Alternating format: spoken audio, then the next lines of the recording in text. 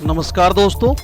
पाकिस्तान पर तुर्की के नए रुख को लेकर पाकिस्तान के लोगों की शॉकिंग रिएक्शन आया है। जी हां दोस्तों, अभी हाल ही में तुर्की ने पाकिस्तान में खलबली सी मचा दी है, वह भी भारत को लेकर। अब पाकिस्तानियों में अभी यह बहुत ही चर्चा का विषय बना हुआ है। अपना मुस्लिम उम्मा का सबसे खास पाकिस्तान का यार तुर्की है और वह भारत को लेकर पाकिस्तान का साथ छोड़ चुका है।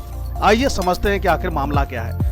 दरअसल मोदी सरकार ने 5 अगस्त 2019 को जब जम्मू कश्मीर को विशेष दर्जा देने वाले संविधान अनुच्छेद 370 को निष्प्रभावी किया था और अंतर्राष्ट्रीय प्रतिक्रियाएं भी उस पर आई थी, जिसमें चीन और तुर्की ने भारत के इस फैसले का खुलकर विरोध किया था।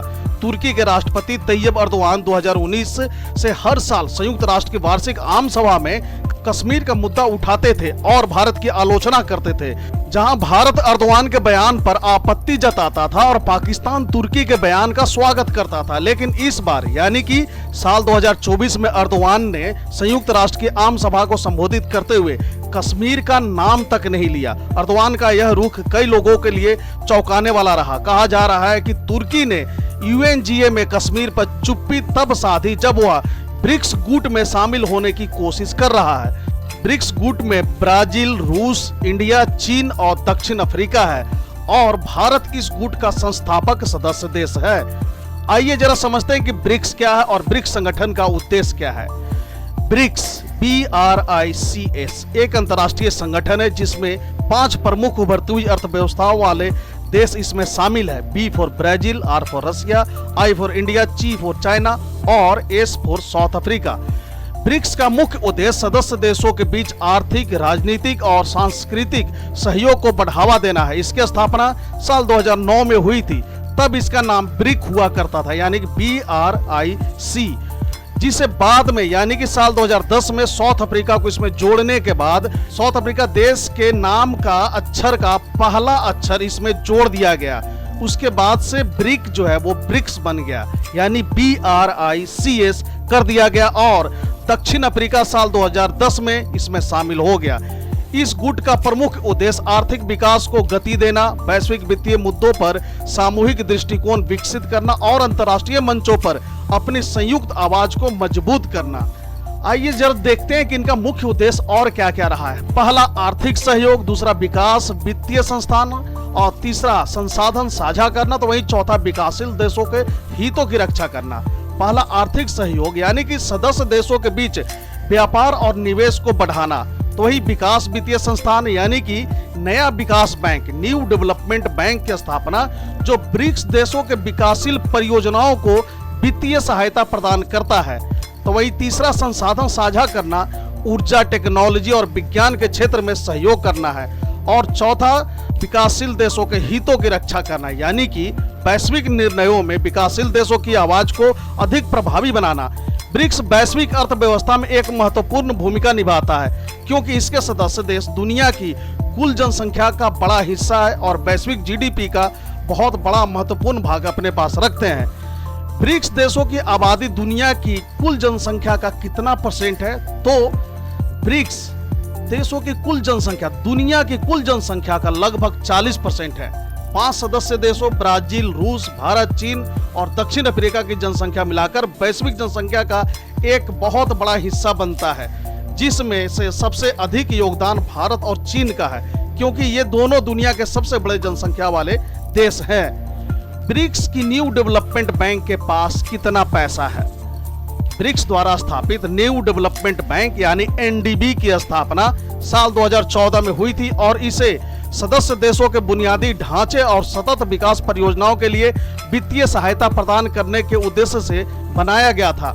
न्यू डेवलपमेंट बैंक की प्रारंभिक अधिकृत पूंजी $100 अरब यानी कि $100 बिलियन है। इस पूंजी का योगदान ब्रिक्स के 5 सदस्य देशों द्वारा समान रूप से किया गया। बैंक की वित्तीय शक्ति और संसाधन विभिन्न परियोजनाओं के लिए वितरित किए जाते हैं, जिसमें परिवहन, ऊर्जा, जल और डिजिटल बुनियादी ढांचा शामिल है। यह बैंक अंतर्राष्ट्रीय स्तर पर ब्रिक्स देशों की विकासात्मक आवश्यकताओं को पूरा करने के साथ साथ विकासशील देशों के लिए भी कर्ज और निवेश के अवसर प्रदान करता है। इस संगठन में दो ऐसे देश हैं जिनकी आबादी का नंबर एक बड़ी भारी संख्या है और जो भी देश इस संगठन से जुड़ेगा उसे इस बड़ी आबादी वाले देश का मार्केट में डायरेक्ट एक्सेस मिल जाएगा। इस संगठन में और एक देश ऐसा है रसिया, जिसके पास आबादी तो बड़ी नहीं है लेकिन वह मिलिट्री में सुपर पावर है और इसके पास आबादी का एक बड़ा हिस्सा कुछ ज्यादा ही टूरिज्म में इंटरेस्टेड होता है। तो इसका मतलब यह है कि जो भी देश इस संगठन से जुड़ता है उसे एक अच्छा खासा टूरिज्म के लिए क्लाइंट मिल जाते हैं और अगर जरूरत पड़े तो मिलिट्री सपोर्ट भी हासिल कर सकता है। वहीं इस संगठन में एक देश ऐसा भी है जो अभी जरूरत के लिए बहुत बड़ी मार्केट है, यानी आप कुछ भी मैन्युफैक्चरिंग करते हो तो आप सीधा वहां बेच सकते हैं। अभी के वक्त बहुत से देश साउथ अफ्रीका का डायरेक्ट एक्सेस चाहते हैं। इस गुट के विस्तार की बात अभी चल रही है और कई देशों ने इसमें शामिल होने की दिलचस्पी दिखाई है। तुर्की भी इसी लाइन में है। मंगलवार को संयुक्त राष्ट्र की 79वीं यानी कि 79th आम सभा को संबोधित करते हुए अर्दवान ने कहा था, हम ब्रिक्स देशों के साथ अपना संबंध विकसित करना चाहते हैं, इससे हम दुनिया की उभरती अर्थव्यवस्थाओं के करीब आ सकते हैं। इसी साल जनवरी में ब्रिक्स में मिस्र, इथियोपिया, ईरान और यूएई शामिल हुए थे। अगले महीने 22 से 24 अक्टूबर तक रूस में ब्रिक्स की सालाना समिट है और उम्मीद की जा रही है कि सभी सदस्य देश इसमें हिस्सा लेंगे। जम्मू कश्मीर पर तुर्की के इस रुख पर क्या कह रहे हैं पाकिस्तानी, आइए थोड़ा उससे भी समझते हैं। पिछले 5 सालों में पाकिस्तान के अलावा तुर्की एकमात्र देश है जिसने यूएनजीए में कश्मीर का मुद्दा उठाया है, लेकिन इस बार तुर्की के रुख से पाकिस्तान भी हैरान है। पाकिस्तान के पूर्व प्रधानमंत्री इमरान खान की पार्टी पाकिस्तान तहरीक-ए-इंसाफ के नेता और पूर्व मंत्री शिरीन मजारी ने एक्स पर लिखा है, यह हमारी डिप्लोमेसी की नाकामी है। साल 2019 के बाद से तुर्की के राष्ट्रपति हर साल यूएनजीए में कश्मीर का मुद्दा मजबूती से उठाते थे क्योंकि पाकिस्तान की तत्कालीन सरकार वैश्विक मंच पर फ्रंट फुट पर रहती थी। अब की स्थिति सबके सामने है। एक पाकिस्तानी पत्रकार ने पाकिस्तान के प्रधानमंत्री शहबाज शरीफ पर तंज कसते हुए कहा कि शहबाज शरीफ ने अर्दवान को यूएनजीए में संबोधन के लिए बधाई दी है।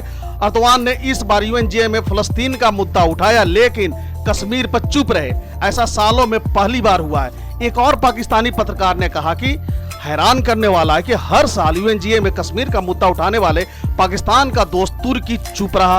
पाकिस्तान की सरकार में प्रोफेशनल लोगों की जरूरत है जो उसकी विदेश नीति को ठीक से आगे बढ़ाने में मदद कर सके।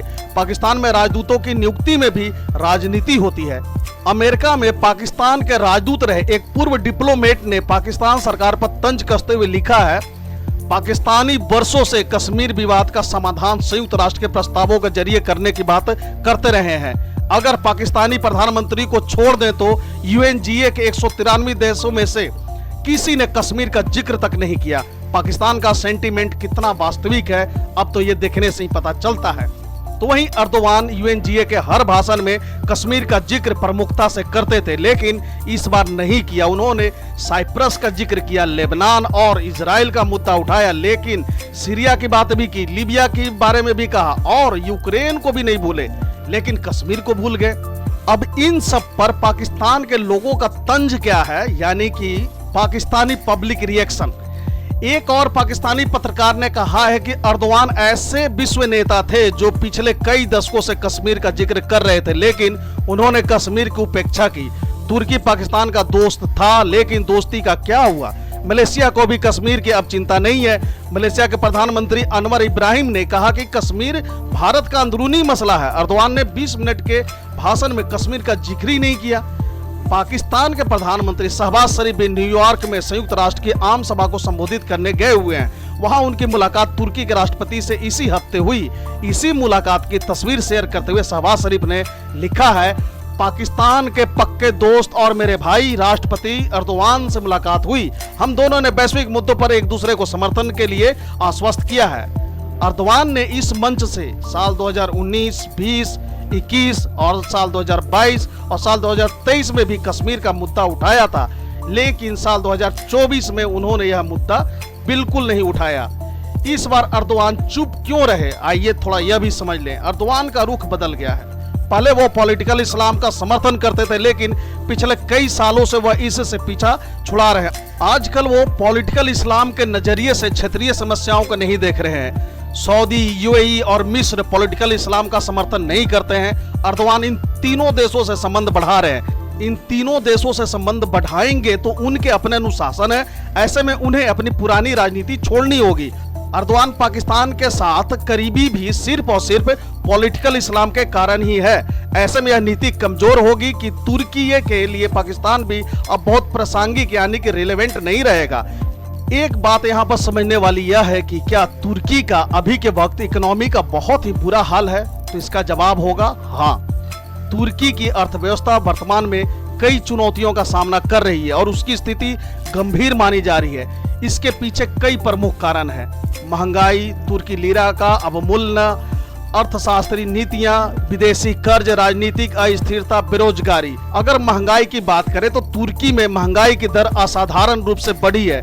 साल 2023 में तुर्की की मुद्रास्फीति 80% से अधिक हो गई, जो दुनिया में सबसे ज्यादा में से एक है। इससे खाद्य पदार्थों, ऊर्जा और अन्य जरूरी वस्तुओं की कीमतों में भारी इजाफा हुआ है। तुर्की की मुद्रा लीरा का अमेरिकी डॉलर के मुकाबले काफी अवमूल्यन हुआ है। लीरा की लगातार गिरावट ने विदेशी मुद्रा भंडार पर दबाव डाला और आयात यानी इंपोर्ट महंगा हो गया, जिससे मुद्रास्फीति और बढ़ गई। तुर्की के राष्ट्रपति रजब तैयब अर्दवान ने ब्याज दरें कम रखने की नीति अपनाई है, जबकि पारंपरिक रूप से महंगाई नियंत्रण के लिए ब्याज दरें बढ़ाने की आवश्यकता होती है। अर्दवान की यह नीति तुर्की के केंद्रीय बैंक की स्वतंत्रता पर सवाल खड़े करती है और अंतर्राष्ट्रीय निवेशकों का भरोसा कम करती है। वहीं अगर विदेशी कर्ज की बात करें तो तुर्की पर विदेशी कर्ज का बोझ बहुत ज्यादा बढ़ेगा, जिससे चुकाना लीरा की गिरावट और बढ़ती महंगाई के चलते मुश्किल हो रहा है। राजनीतिक अस्थिरता भी बनी हुई है। आंतरिक राजनीतिक अस्थिरता, विदेश नीति में बदलाव और कुछ अंतर्राष्ट्रीय प्रतिबंधों में भी आर्थिक स्थिति को और खराब किया है। तो अगर बेरोजगारी की बात करें तो तुर्की में बेरोजगारी दर भी एक बड़ी समस्या है, खासकर युवाओं में, जो आर्थिक संकट को और गहरा बना रही है। ऐसा नहीं कि इन्होंने सुधार के प्रयास नहीं किए। अर्दवान की सरकार ने महंगाई को नियंत्रित करने और विदेशी निवेश आकर्षित करने के लिए कुछ सुधारात्मक कदम उठाए हैं, जैसे केंद्रीय बैंक की नीतियों में बदलाव और वित्तीय समर्थन के लिए मित्र देशों से सहायता प्राप्त करना। फिर भी तुर्की की अर्थव्यवस्था को स्थिर होने में समय लग सकता है, खासकर जब तक मुद्रास्फीति और लीरा का मूल्य स्थिर न हो। तो क्या तुर्की पर विदेशी कर्ज का भी बोझ है? तो जी हाँ दोस्तों, तुर्की पर विदेशी कर्ज का बोझ 2023 में एक महत्वपूर्ण चिंता का विषय है। तुर्की की अर्थव्यवस्था में विदेशी कर्ज की बड़ी मात्रा जो देश की मौजूदा आर्थिक संकट को और बढ़ा रही है, जिसमें से देखा जाए तो कुल विदेशी कर्ज 2023 तक तुर्की का कुल विदेशी कर्ज लगभग 460 अरब डॉलर यानी 460 बिलियन डॉलर हो गया था। यह देश की जीडीपी का लगभग 50% है, जो कि एक उच्च स्तर माना जाता है, विशेष रूप से एक उभरती हुई अर्थव्यवस्था के लिए। वहीं अगर शॉर्ट टर्म कर्ज की बात करें तो तुर्की के कर्ज का एक बड़ा हिस्सा शॉर्ट टर्म कर्ज यानी कि अल्पकालिक कर्ज है, जिसे जल्दी चुकाना होता है। यह तुर्की की अर्थव्यवस्था पर अधिक दबाव डालता है, खासकर जब उसकी मुद्रा लीरा कमजोर हो रही है और विदेशी मुद्रा भंडार भी बहुत तेजी से कम हो रहे हैं। विदेशी मुद्रा भंडार की अगर बात की जाए तो तुर्की के विदेशी मुद्रा भंडार पर भी काफी दबाव बना हुआ है। देश को कर्ज चुकाने और आयात की वित्तीय जरूरतों के लिए बड़ी मात्रा में विदेशी मुद्रा की आवश्यकता होती है, लेकिन लीरा के गिर जाने से यानी कि उसकी वैल्यू कम होने और कम विदेशी निवेश के चलते यह भंडार घटता जा रहा है। वहीं अगर जो कर्ज सेवा यानी कि डेप्थ सर्विसिंग की अगर बात करें तो लीरा के गिरावट ने तुर्की के लिए विदेशी कर्ज की सेवा यानी कर्ज पर ब्याज और मूलधन का भुगतान करना महंगा बना दिया है। यह स्थिति तुर्की की अर्थव्यवस्था को और कमजोर कर रही है। तो वही ऋण संकट का जोखिम, जो कि विदेश कर्ज के उच्च स्तर ने तुर्की को एक ऋण संकट के जोखिम में डाल दिया है। यदि तुर्की विदेशी कर्ज का भुगतान करने में असमर्थ होता है तो उसे अंतर्राष्ट्रीय वित्तीय सहायता या ऋण पुनर्गठन की आवश्यकता होगी।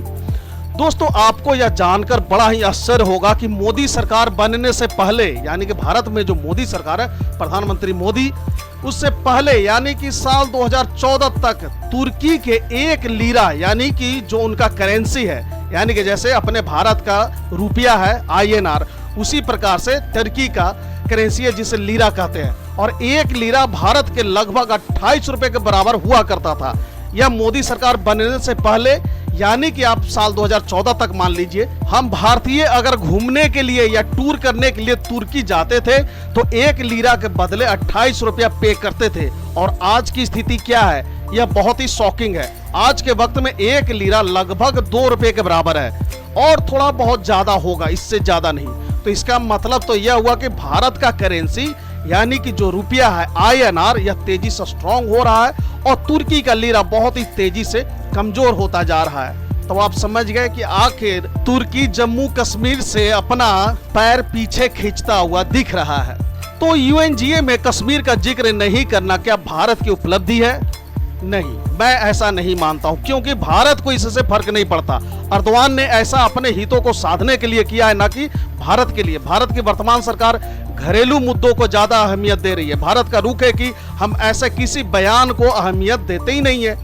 अब यह प्रॉब्लम तुर्की का है कि वह पाकिस्तान की बातों में आकर अपनी उभरती इकोनॉमी को बर्बाद कर रहा है। जब से तुर्की ने पाकिस्तान के साथ मिलकर भारत के खिलाफ अंतर्राष्ट्रीय मंचों पर बातें करना शुरू किया, तब से वह डाउनफॉल की तरफ बढ़ता जा रहा है। अर्दवान ने साल 2021 से अपना रवैया बदल लिया है। उनका मानना है कि सऊदी, UAE और मिस्र से रिश्ता बढ़ाना चाहिए। उनके लिए अर्थव्यवस्था ज्यादा जरूरी है। UAE और सऊदी ने तुर्की के बैंकों में काफी रुपया रखा है। सऊदी और UAE ने पॉलिटिकल इस्लाम से खुद को अलग कर रखा है और तुर्की भी उसी रास्ते पर अब आगे बढ़ता हुआ दिख रहा है। जाहिर है कि सऊदी अरब और UAE भी कश्मीर का जिक्र संयुक्त राष्ट्र में नहीं करते और इनका जोर भारत के साथ कारोबार करने पर ज्यादा रहता है। तुर्की का पीछे हटने के पीछे एक और डेवलपमेंट दिखती है, यानी कि भारत, अमेरिका और यूरोपियन कंट्रीज मिलकर एक बिजनेस रूट तैयार कर रहे हैं, जो कि भारत से शुरू होकर सीधा यूरोप तक जाएगा।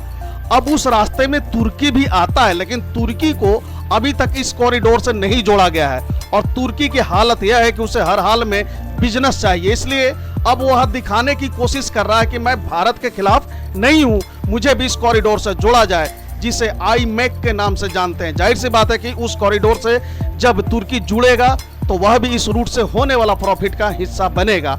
तो दोस्तों, फिलहाल के लिए इस वीडियो में इतना ही। इस तरह की इंफॉर्मेटिव वीडियो देखते रहने के लिए बने रहे हमारे साथ। Thank you for watching.